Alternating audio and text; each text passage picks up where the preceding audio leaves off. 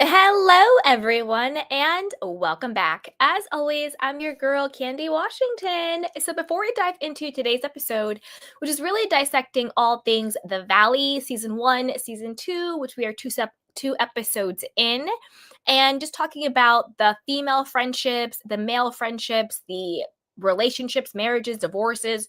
We're going to get into all of it. And I want to give a big caveat that everything I say in this video is alleged and opinion based, not fact, and for entertainment purposes only.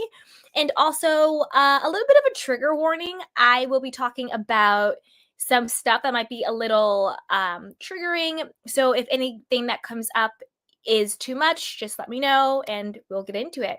So, with that, be sure to like, subscribe, and share. It is a fun and easy way to support me and the channel, and I'd really appreciate it. So, with that, let's go.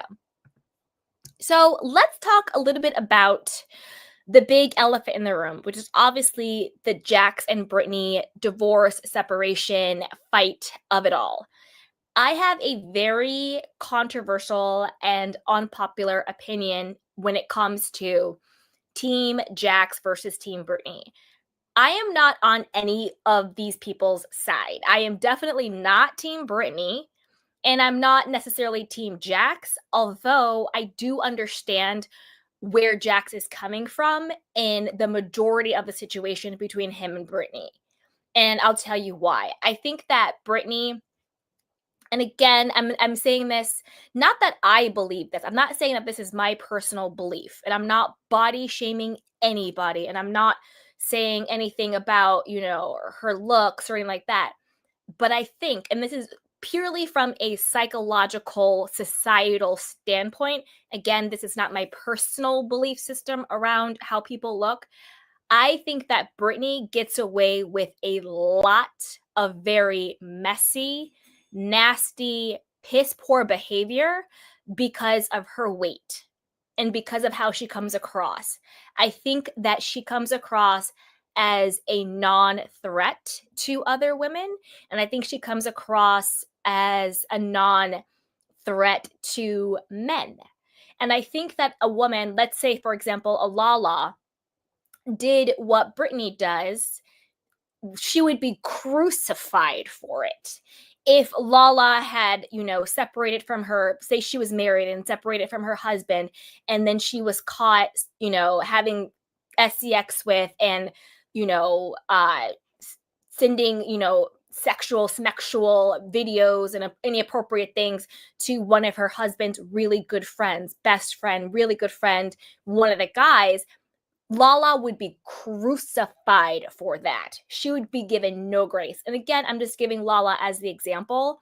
I'm not, a big Lala. I like Lala, but she's also very questionable in some of the way she moves. So I'm not saying like Lala's amazing and she's great and all that. I'm just giving that as an example, the Lala type of person. Same thing if it was like a Katie Maloney personality type. She's a very strong-willed woman. She can be abrasive or however people want to call it, because she's not she's a like I said, she's a strong-willed woman. She says what she thinks, she puts it out there. And that's very off-putting in the patriarchal society that we live in. She's not sort of a go along to get along type girl. She's also not like a queen bee type girl, like a Stassi type girl. So when women are put in certain boxes of, the femme fatale sexy threat, like a Lala, if she does anything out of line, she's going to be crucified for it. If you are a Katie Maloney type who is sort of, that feminist, hear me roar type woman, she does anything out of line, she's going to be crucified for it. But the women that get the most grace and the most people behind them are like the Arianas, who are go along to get alongs. They're non-threats. Something, what happened with her? Look at Scandival. Ariana to me was always a boring person. She wasn't a girl's girl. She wasn't. So it was crazy how she got all this female support when she never supported a single female on that show ever. To the point where she was anti-females. If Tom didn't like them, she didn't like them. Come on now.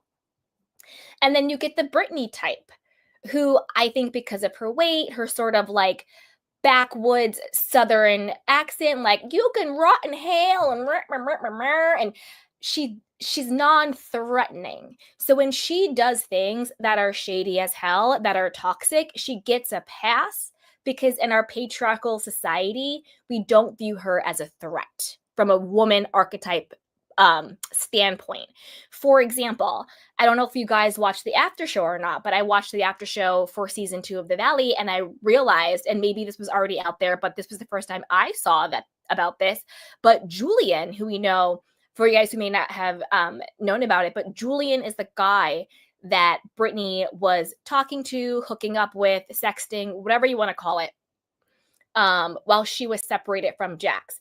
They were both Jax and Brittany were allowed to see other people, date other people, do what they want. They're separated, right? But they had the rule, like nobody we know, nobody in the friendship group, you know what I mean? And Julian was a really good friend to Jax. He was very much infiltrated in the friendship group. One of Jax's good friends, Jax sees it and he flips out. I'm going to get to the flip out in a second because that's a different compartment of all of this. So I will get to the violent flip out and what I think really happened there and what I think is going on. Right now, I'm just talking about female archetypes in our patriarchy and how all of this is going down. So that's Julian. But Julian, which I did not know, was brought into their group through Lala. And Lala had, been kicking it with Julian, had talked to him, seems like they maybe, hooked up or whatever the case may be. And Brittany was having, sexual relations with Julian behind Lala's back to the point where Sheena knew about it, Janet knew about it. Basically, all the girls knew about it except for Lala. And they're all like, Brittany, you have to tell Lala that you're hooking up with Julian, because that's her ex hookup. And Lala and Brittany are good friends. And so Brittany sort of gets a pass on that. Lala was like, oh, I was kind of upset and in my feelings about it. I talked to Brittany and she was like, well, he made me feel good. He made me feel worthy. Well, yeah, all those things are great, but it doesn't negate the fact that Brittany, you were doing something very inappropriate with Jax's friend. And then also on top of that, this is one of your homegirls' ex that you're hooking up with, who she brought into the group, and you told everyone but her. But Brittany gets a pass because she has a very, quote, non-threatening female archetype to the ego. I think because of her weight, I think because of her accent, I think because of all of those things, she's very disarming, even though she's doing really shitty stuff. If Lala had done that to Brittany, if Lala was hooking up with the guy that Brittany brought into the group, that Brittany had been hooking up with, Lala would be crucified for that. Think about how Stassi was treated on Vanderpump Rules when Jax and Kristen were hooking up. People crucified Stassi, even though it was her best friend and her boyfriend having smex behind her back. She got crucified for that because she's not the type of female archetype that gets grace. In our society, and again, this is just like generalizations. Obviously, there's nuance to this and all of that. But generally speaking, if we're being honest, in our society, the women who get grace are non-threatening women. And we can't forget how Brittany treated Faith. When Jax and Faith hooked up, she crucified Faith. She said very racially insensitive things about Faith, her nappy hair or some crap she was saying. That Kentucky came out real quick in Brittany. That when she was talking about Faith and going off and, crucified Faith, but yet she's best friends with Kristen, who's had smex with your husband. You were best friends with Stassi, and Stassi is your husband's ex long-term girlfriend.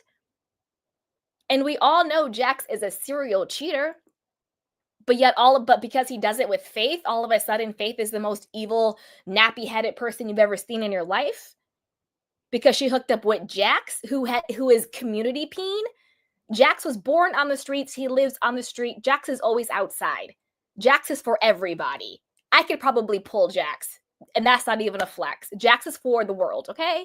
And you want to talk about Faith being nappy-headed or whatever the hell you said about her, but we want to conveniently forget that. So I don't buy this whole victim Brittany mentality and all this stuff, and Jax is horrible and blah, blah, blah, blah. You knew who Jax was when you got with him. And if we're going to talk about, and I'm going to segue into, and again, this was also on the after show shorts, because something that Jax says to Brittany is like, oh, Brittany, like, why don't you leave? You've been in it. That's a very two-sided question to ask somebody in a toxic relationship. Because one, yes, well, if you're in a toxic relationship, you guys are fighting, it's not working, there's cheating involved, why don't you leave? There's always that question. But at the end of the day, also in abusive relationships, people have been conditioned to stay.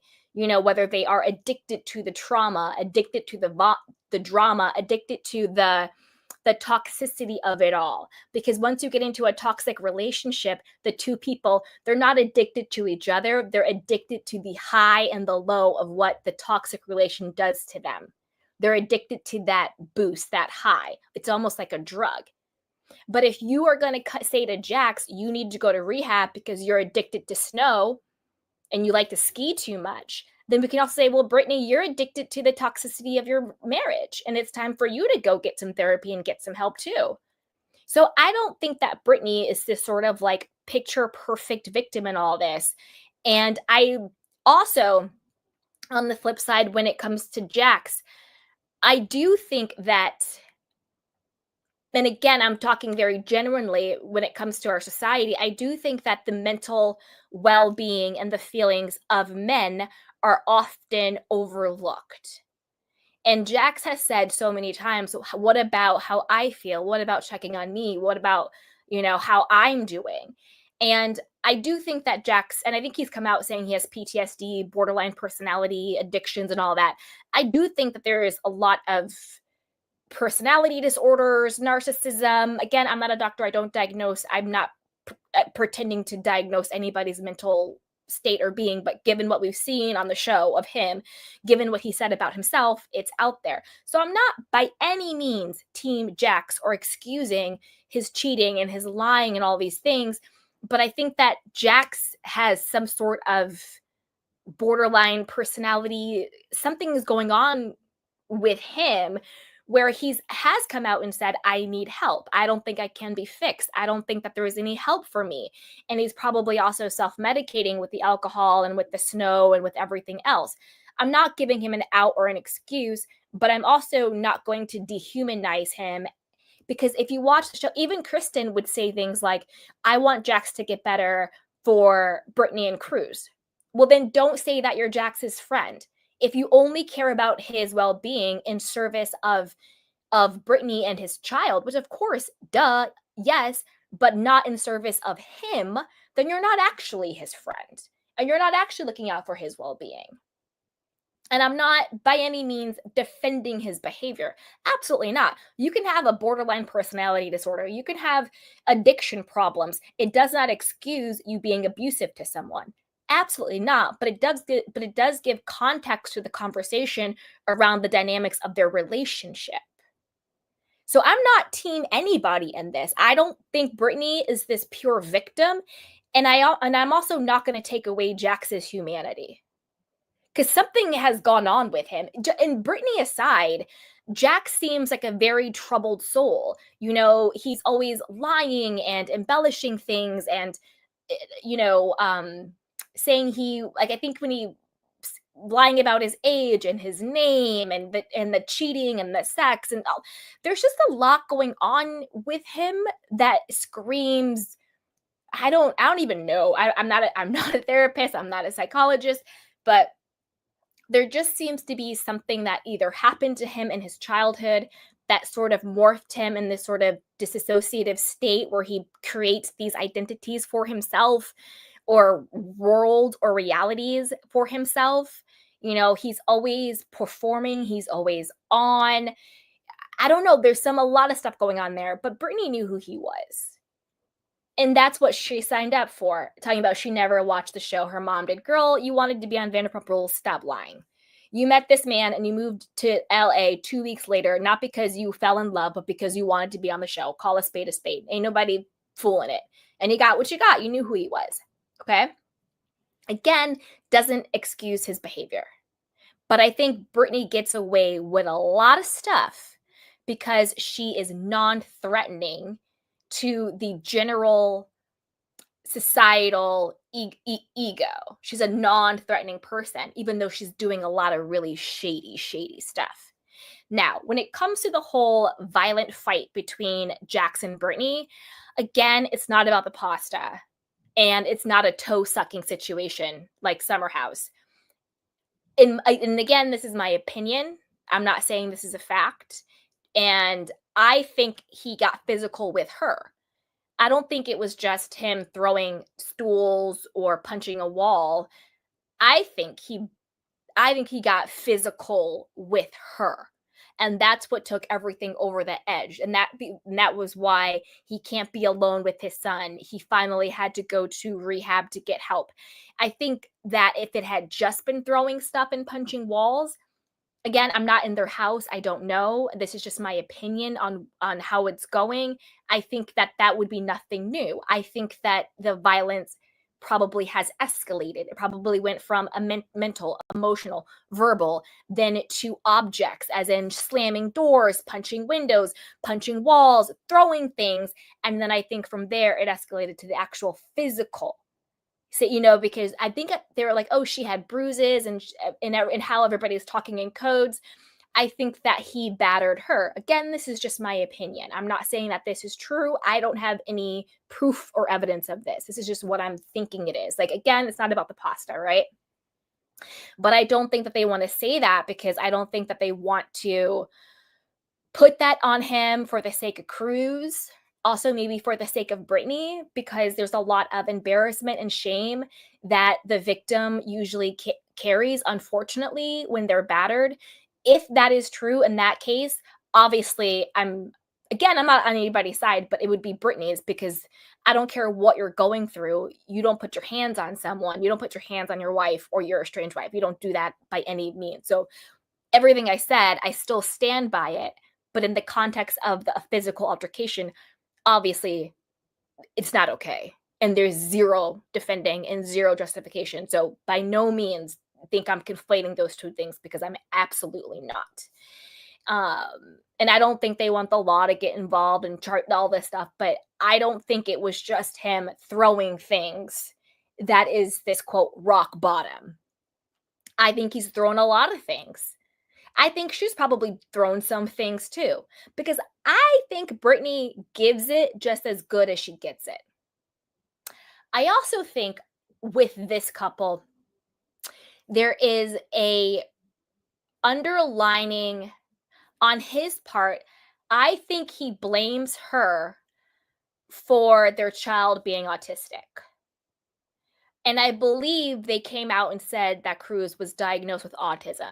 If they didn't come out and say that, then I 1,000% apologize. But I believe they did publicly come out and say that he was autistic. We know that he's nonverbal.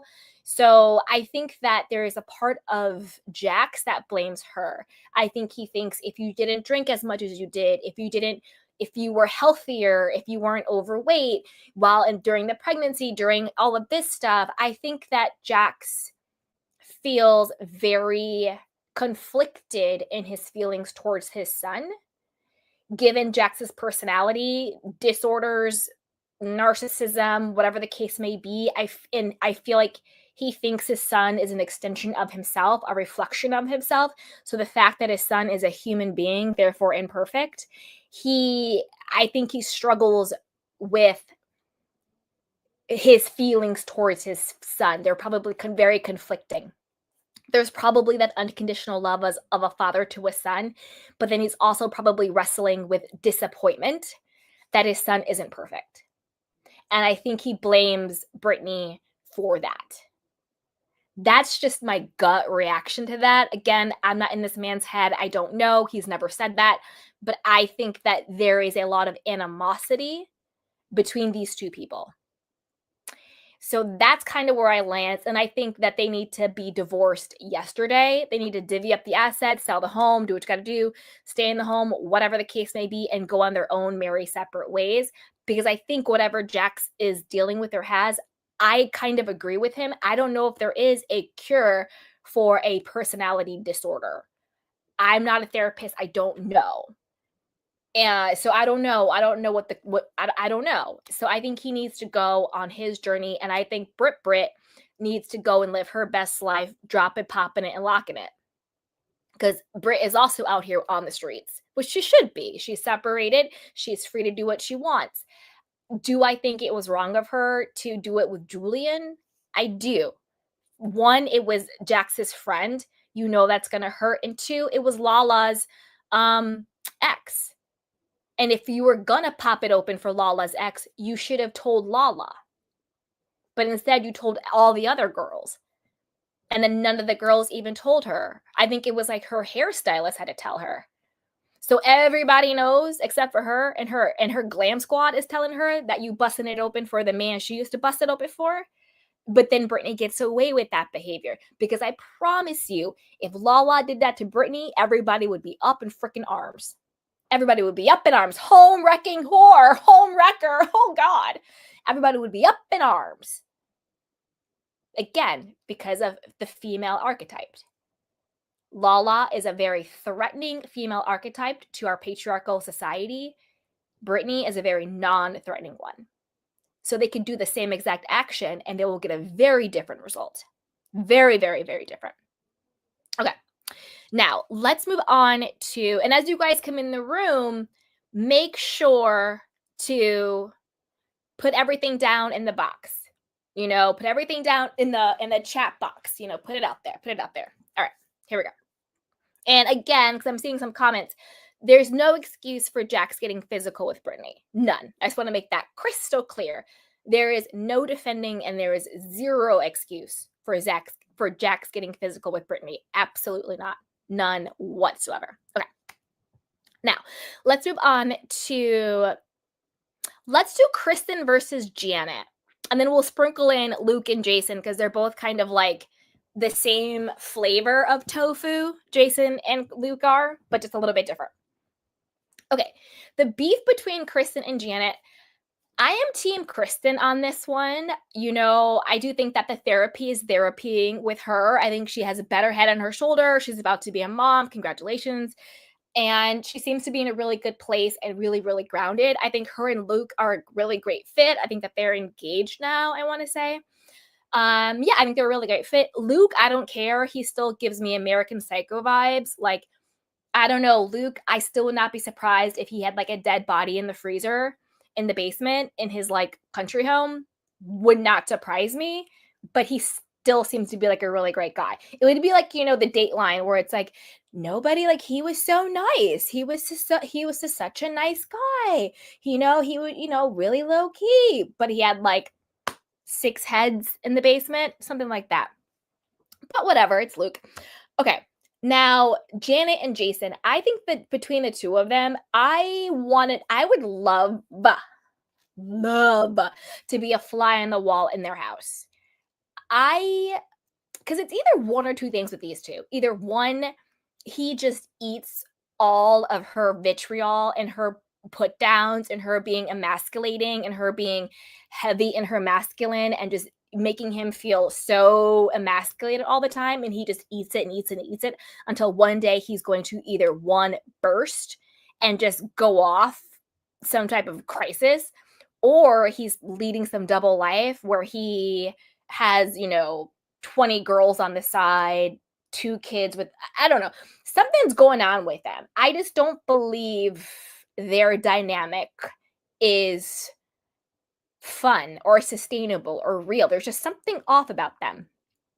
I think Janet, to me, she's very single white female. I think she studied Vanderpump Rules, became obsessed, moved to LA, strategically befriended all of these people until she finally got on a show and thought the way I'm going to make my name is to go after Kristen. Janet, to me, is very messy, very psychotic, Janet to me is a scary person because she's very good at manipulating other people to sort of be her foot soldiers. She likes to gather information on people. She has spies on people. Like, she twists things around. Like, I don't think for 1 second she cared about Zach's drunk comment when they were like, oh, she's pregnant. He was like, I don't care. He wasn't saying he doesn't care if her child isn't healthy. He was just like, oh, I don't care. Like, this is crazy. What, you know what I mean? Like, I don't care. Like, come on. I don't think anybody with half a brain cell genuinely believes that Zach was wishing ill on her child. Come on. Come on. He probably is very catty and very snaky, like not snaky, but very snarky. He probably, chats and says whatever. He probably makes some snide remarks here and there. But I don't think that he just doesn't give off the vibe that he was literally wishing ill on her unborn child. And Janet isn't dumb. She knows that. But I think she wanted to milk being pregnant. She wanted to milk being the victim. And like any good victim, you always have to have a villain. And so she was going to milk it for as long as she could. I don't think she likes Kristen. I don't think she ever liked Kristen. I think that her friendship with her was clearly transactional.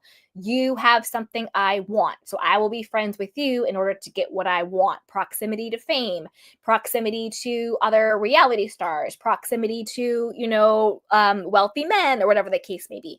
And we're going to get to the whole wealthy men part when we get to Michelle, because yikes. Okay. So Janet to me is very weird. I don't think that Jason is very happy in his marriage. I wouldn't be surprised if he has a double life where he is like, it's like one or two things with him. It's either like he's a dominatrix and he has like subs, or he goes to a dom. No, he must be the dom on his dom. I don't know. Anyway, I just wouldn't be surprised if Jason had like a complete like double life. Because he's too like, oh, I'm a lawyer and I'm all buttoned up, and Janet, I'm all up her butt. Like, I don't know. But yeah, so there's that. Okay, so let's talk about, and I do like Jason, but again, something's going on there. Okay, so let's talk about Jesse and Michelle. I am firmly, and I have been since season 1, and I will continue to be probably until the world collapses, Team Jesse 1000% when it comes to him versus Michelle. I think the real villain is Michelle. And I also want to say this. I am not a woman hater. I don't just defend men all the time. I promise you that is not who I am. I just call it like I see it. I think that Michelle never liked Jesse. She sure as hell was never in love with him. I think she settled for him. I think she was probably a certain age, like now we're kind of getting a little older. All of our friends are trying to get married and all of that stuff. So I feel like she was getting to that age where all her friends were getting engaged, all her friends were getting married, and he was there, willing and obsessed with her. He clearly loved her more than she even liked him. And so I think she was like, fine, you'll do. And she settled for him. And I think that he probably always had very low self-esteem, low self-worth, and he masked that with this sort of, bravado thing going on. But if you actually talk to Jesse, if you actually like see him, he's actually has been working on himself, and he seems to be way more self-aware, and he's kind of taken down those sort of masks, pretending that he's confident when he's really feeling insecure and all of those things. And he actually seems to be like a really nice guy, and he's good friends with Kristen and Luke now, which I think is good because it feels like Kristen's going to therapy, doing the work, he's going to therapy and doing the work, so that makes sense. And then also from a strategic standpoint, he's in the middle of a divorce, and Kristen has all the tea on Michelle that she had a boyfriend, she was cheating on him, and all of this, that, and the third. It makes sense he's going to befriend Kristen because she has all the scoop that he might need in case, something goes down legally in the divorce and with custody. I think that it was first strategic that then developed into a genuine friendship between all of them, which I really like to see. I think that Michelle was always cheating on Jesse. I think, like he said in, the first episode, or it was either the first episode or the second episode, he was like, I knew that, but I didn't want to admit it. Like he knew Michelle was like cheating on him and all that stuff. He just didn't want to admit it. He was fighting for his marriage. Now, what I think is going on with them now, do I think Jesse wants Michelle back? Do I think he's still in love with her? Do I think he is fighting with her to get the marriage back? No. I think Jesse wants revenge. I think in his core, he feels scammed and duped by Michelle, because it was either in one of the previews that's coming up where he says that he has evidence. And again, I'm paraphrasing and I'm going off of memory. So if I'm incorrect on this, I apologize, because I'm just going off of memory. But I believe I heard him say that he had evidence that Michelle was allegedly sleeping with a billionaire for $2,000 a night. There had also, and don't forget, there had also been the rumors that she was sleeping with allegedly some, like, or at least trying to, some like big Hollywood director guy. They were at like the chateau, whatever the case may be. And this is while Jesse and Michelle were together. So, and then obviously Kristen said she had a boyfriend for a year. She's moving in with her boyfriend now. So obviously there's been all of these allegations, whether there's evidence or not, whatever the case may be, that will come out about Michelle sleeping with other men and allegedly for money. I think that Jesse wants revenge. He wants her to hurt the way that he's hurt him. I think he's very pissed that it could come out that the mother of his child has allegedly done SMEX work, SCX work, sleeping with someone and having them pay you. That's prostitution. You guys know how I feel about that. I personally don't care. As long as you're consenting and you're adults and no one's getting hurt and it's your own autonomy, knock yourself out, whatever. My only thing is, if I'm doing it with a billionaire, I'm 20K a night. Michelle, you're 2K. That makes sense, babe. I would be 20K. I'm not sleeping with a billionaire for 2K. Get the hell out of here. Anyway, if only I had the personality to do it. Jeez. In the meantime, I'll be schlepping it over here on YouTube for clicks and views. All right, I digress. Let's get back. So I think that Jesse is angry. And I think he wants revenge. I do think he wants to embarrass her. I do think he wants to humiliate her. I don't think he wants her back. I think he wants her to burn the way that she hurt him, the way that she embarrassed him, the way that she humiliated him. Because Michelle humiliated the hell out of Jesse. Every other word out of her mouth is, he's crazy, he's a bad dad, he's a bad husband, he's this, he's that, he's this, he's that. Every confessional, I never really liked him, he gives me the ick, that's a bad thing to say, it's just not there. Like, girl, even if you never loved him, forget liked him, at least try to pretend for like a little bit, or at least be neutral. But you are treating this man like he's garbage, when the truth is he pretty much gave, I don't mean it in like a bad way, but I don't think Jesse is a bad guy. He clearly loves his daughter. He seems to be a great father. It seems like he really wanted to be a good husband. It seems like anything he did, she would villainize and talk about and put him down. I don't see Jesse as this horrible person by any means. And so, and I do see Michelle. Michelle seems very nasty to me. Do I believe what Kristen said about her perhaps being racist and being Republican? Not that the two are mutual, not that they have to go to, not that they're mutually inclusive, where just because you're a Republican means you're racist. I'm not saying that by any means, but I don't know. I believe Kristen. I believe everything Kristen said last season. I think it was true. Just like Jesse said, everything you said last season was true. And Michelle, to me, seems like a really nasty, mean girl. Her and Janet and Brittany, their little trio. Brittany turned her back on Zach. Zach had always been there for Brittany, very close to Brittany, and Brittany turned her back on him. Why? Because Brittany, you really thought in your hearts of heart, Zach wanted Janet's unborn child to any harm to come. Brittany, shut up. Good and well, Zach did not really mean it that way, but yet you don't talk to him for 4 months and takes evil Janet's side. We see you, Brittany. At least I see you, Brit. Again, if somebody else had done that, it would have been up in arms. But Brittany from Kentucky gets away with it.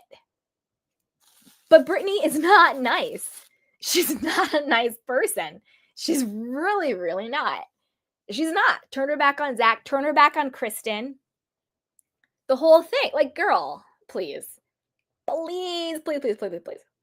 So that's kind of where I stand with Jesse and Michelle. And I'm not looking forward to in like a malicious way, but in a human interest way. Like I'm interested. Like I'm interested to see what comes out about Michelle. Has she been having sexual relations with very rich men for money during their marriage, before their marriage, after they're not, are they legally divorced? I'm not 100% sure, but they're definitely separated. Was she doing this while they were married? Is it true? Is it not true? Again, the act itself, I don't judge that. Knock yourself out. But if you're married and your husband isn't co-signing that, that's really bad.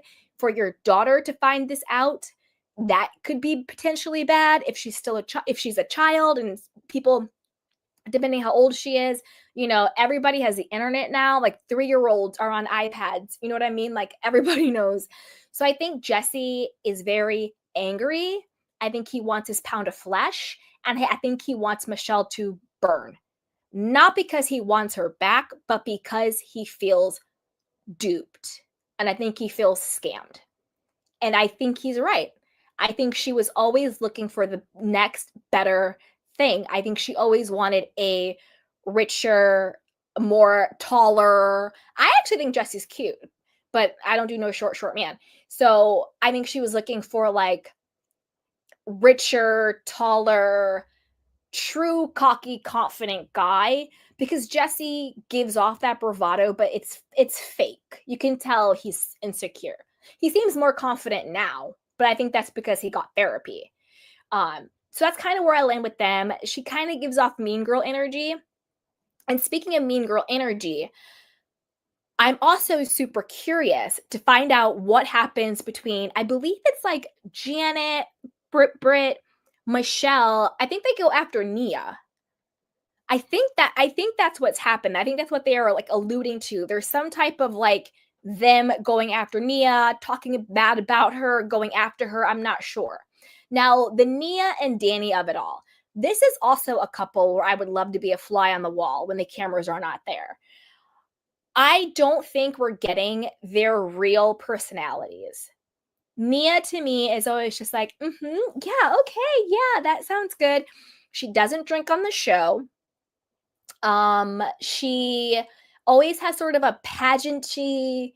It's almost like she is a contestant at summer Bible school for like Queen of the Bible School camp. That's kind of like the like to me, Nia and Danny are like the king and queen of Bible school summer camp. Do you know what I mean? They're too blessed to be stressed.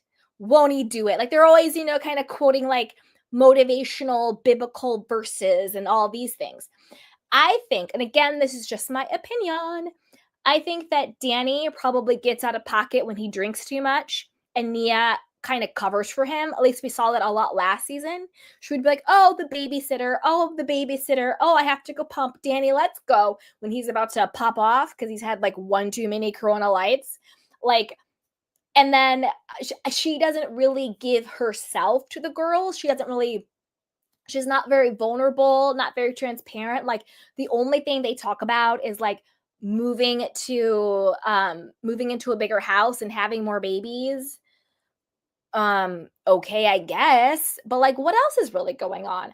I did like how last season she opened up about sort of like postpartum depression and not feeling right in her body, and everything going on with that. To me, that was very relatable. And not that I don't have kids, but you know what I mean, like for people watching, any type of life change, you can have some type of post whatever depression, post graduation, post breakup, post death in the family, post moving to another city, whatever the case, it happens to all of us.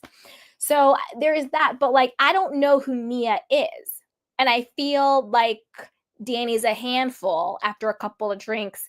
And I think the reason why she doesn't drink is I think she's probably so used to having to babysit him and making sure nothing gets caught on camera. She's very buttoned up and tightened up. Now, I say that to say this, a couple of things. Number one, I wouldn't trust these girls either. I would not trust Janet. I wouldn't trust Michelle. I wouldn't trust Britt. Um, I wouldn't trust Kristen because the thing with Kristen is she's a good friend, but she gonna tell it. She gonna tell it. Kristen's gonna tell it. She can't hold water, okay? So I wouldn't trust her that way. So I get not wanting to be 100% vulnerable with these women. However, you still are on a reality show where phoning it in isn't going to work, especially when these shows are so fueled by personal chaos. So unless you're willing to show some type of personal chaos in your life, you're not going to last very long, or you will become the sole target of people trying to find things out about you or get you out of pocket or whatever the case may be. So to me, in actual real life reality, I wouldn't trust none of these chicks. I wouldn't tell them what color underwear I'm wearing because they're all weirdos. But I also would not sign up to be on a reality show like that either because I'm not sharing my personal chaos. I'm not going to be a public figure. No, thank you. No, thank you. No, thank you. So it's kind of a double-edged sword with that because I get it. I wouldn't trust these girls, but that's also your job. This is what you've signed up for. And your personal chaos can't just be, I want another baby and we're going to, where in LA County are we moving into our mansion? Not on this show. Okay? Not on this show. So there's that. So I'm interested to see what the beef will be between the girls and Nia. I think Kristen is on Nia's side. I think that they have a friendship. I don't think Kristen goes after Nia.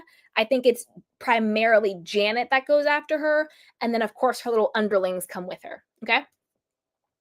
Jasmine and Zach. Again, I said it last time, I'll say it again. They seem very like stock characters. Like, this is a sassy black girl, and this is the gay sidekick. Bloop. That's just how I feel about it. I like both of them, but that's just still the vibe I get. I want, and I hope Jasmine has more of a storyline this season that's not just a sidekick in service of other people's storylines. Like, I know we always need friends of to help push the narrative and push the storylines, but it feels kind of icky when it's just like, the sassy black girl and the gay best friend, and they're the only two that are just on the sidelines to push other people's stories. This feels a little icky. I like Jasmine a lot, and I like Zach, so I want to see more of them talk about their own lives. Zach, I mean, I don't think your boyfriend likes you. Sorry. What's his name? I forgot what his name was. Anyway, Zach, I don't think your boyfriend likes you. I think your boyfriend wants a way to stay in the States and not get deported. I don't think he likes you. And the reason why I don't think he likes you is because you're on the show and you're talking about how he needs space and all this other stuff and all that crap. He don't like you. And the way he looked on the FaceTime, he don't like you. That's just how I feel. Zach, I would cut him off and I would do better. I would find him a guy that's really into you, because your boyfriend, I don't think he's into you. That's just a gut feeling. I could be wrong, but I don't think so. Jasmine and her girlfriend are cute. They're very cute. They had like a 60-second, not even scene in the first episode, but that was it. Other than that, Jasmine is just there to be like, yeah, Janet, yeah, Janet, yeah, Janet, yeah, Janet. Like, stop it. So I want to see more of them. I also don't want to project too much of my own bias on that, because maybe that is just their job. Maybe they are just sort of these, C players on the show who are like a Jennifer Tilly, right? Who's there to be the sidekick, to be the person to help the A players and the B players push their stories and narratives. Maybe that is their job. And that is also okay. So I struggle with that. I struggle not to have my own biases of like the sassy black girl and gay best friend, where maybe that's just their job. And maybe it's not actually any deeper than that. And like, maybe that's also okay. So I also have to check my own personal biases on that. Maybe they're totally fine with being that position, because somebody does have to play it. Somebody does have to play it. So there's that too. Okay. Now, couple things I want to touch on, and then I'll do your candy cane questions and comments. Couple of things. Number one, I'm pissed. Did you guys watch the after show? There was a lot of there was a lot of Brock, there was a lot of Sheena, there was a lot of Schwartz, there was a lot of Lala. I don't like it. I don't like it. I don't like, and maybe I'm alone in this. This could be an unpopular opinion. I don't care. This is how I feel. I actually think the show is very dynamic and refreshing as is. I don't need Sheena on this show. I sure as hell don't need Brock on this show. I don't need Lala on this show. I'll take Schwartz because whatever, but I don't need them on this show. And it's very jarring. It's very I don't even know what the word is. It's very bizarre. It's very what's a word for like when something seems inconsistent?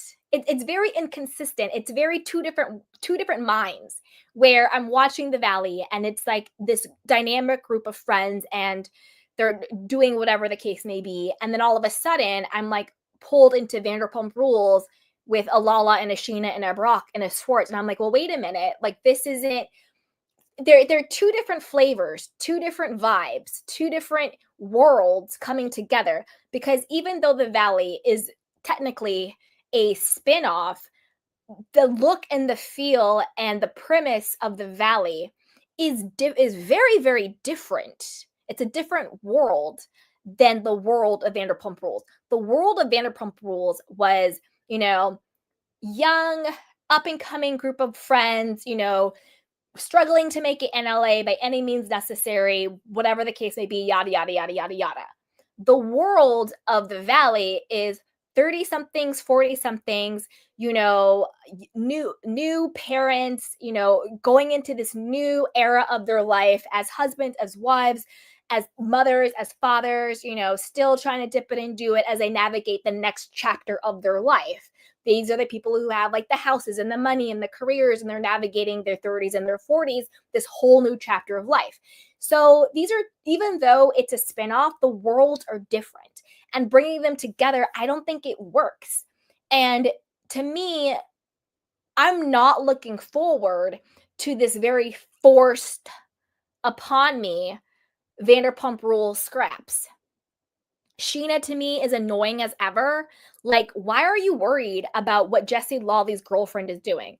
If Jesse Lawley's girlfriend of like a month or something wants to, date the guy, hook up with the guy from Baywatch, let her live.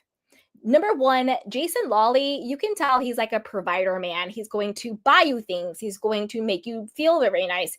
You can tell the guy from Baywatch, whoever this guy, I bet you he's also the same. He's like a whatever the case may be. Worry about your paid for husband, Sheena Shea. Worry about your paid for Brock. Has he repaid all of the loans you gave him for his failed apps? Because he's a bot and he's on a payroll husband. Worry about if those IOUs got paid rather than being out here worrying about a woman who is clearly, in her divine feminine, and she has Jason Lawley, she has a guy from Baywatch, she's dipping it and she's doing it, and she's like, keep my name out your mouth, Sheena Shea. Worry about your paid for husband before you worry about a woman in LA living her best life. Because Jesse sure as hell did not seem bothered by it. They're grown. They probably are dating. Who says they're even exclusive like that? She's probably allowed to date who she wants, and he's probably allowed to date who they want. They grown. So Sheena, again, trying to be relevant by sticking your nose in somebody else's business where it doesn't belong. And by the way, Sheena, nobody likes you. And I don't mean that in a mean, nasty way. I mean that in like, none of these girls on these shows like you. Katie didn't like you. Stassi didn't like you. Lala might pretend to like you, but I don't think she really does. You guys were allies. I don't know if you're really friends. Who else was on that show? Brittany doesn't like you. Janet doesn't like you. People may use you because again, you think your value is by being messy. You think your value is carrying bones to people. You think your value is keeping your friends on what is it? Find My Friends, and you're freaking stalking people on Find Your Friends and all that crap. You know what I mean? Rachel Raquel didn't like you. She turned off her Find My Friends real quick on you. So the same reason of why you think people like you is the same reason why they don't. Because you're messy and you're trying to be relevant by being messy, and you're trying to kiss up to the cool girls who you think are cool at the time. Like you're kissing up to Janet, you're kissing up to Michelle.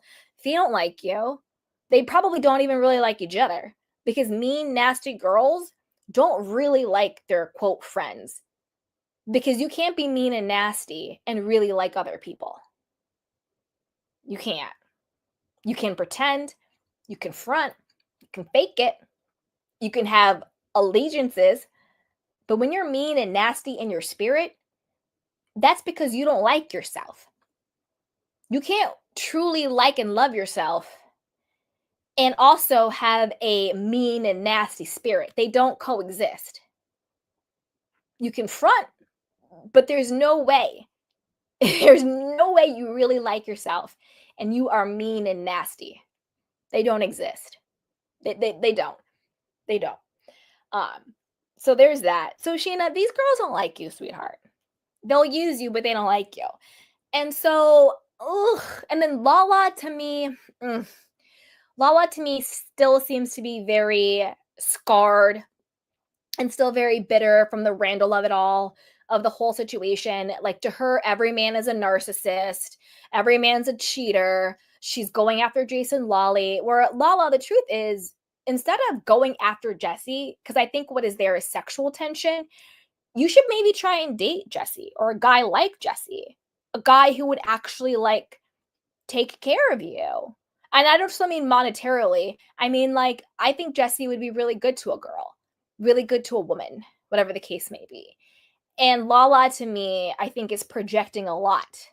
Like, leave Jesse alone. You should probably find a guy like him. And maybe that's why you're being so mean to him, because maybe you don't think you could bag a guy like him. Lala boo boo. So Lala, she's going to just show up and she's going to be mean and nasty, you know, throwing on her black scent. Like on the after show, she was like, oh, I will put my claws in him. I will do this. Like, stop with the black scent, Lauren from Utah. Like, can we, like, it's 2025. We all know, Lauren, Lala, you're not black. You're not from the hood. Okay? Go back to your house in Palm Springs and pipe all the way down, sweetheart. So I don't know. And I hope that the introduction of the Vanderpump Rules scraps doesn't mess up the flow and the vibe and the world of what we have now with the Valley, because I think the Valley as is dynamic enough. And sometimes when you put too many ingredients into the soup, you mess up with the soup. You know, so I think there might be a little bit too much going on in the soup where the soup was good. So that's kind of how I feel about all of these guys. That's just kind of how I feel about it. So yeah, as always, let me know what you guys think. Be sure to like, subscribe, and share. It is a fun and easy way to support me and the show. And I'm excited for this season. I think it's going to be really good. Again, I just hope the Vanderpump Rules people don't do too much. But it's a really good study in female dynamics, male dynamics, archetypes, female friendships, romantic relationships, and all of that. So I think it's going to be a really good season. So put it down below, and I'm going to now take your candy cane questions and comments, and I will also drop the link in case anybody wants to come up and chat. As always, no pressure at all, but if you want to come up, feel free. And also, whether you agree or disagree, you are more than welcome to join and hang out.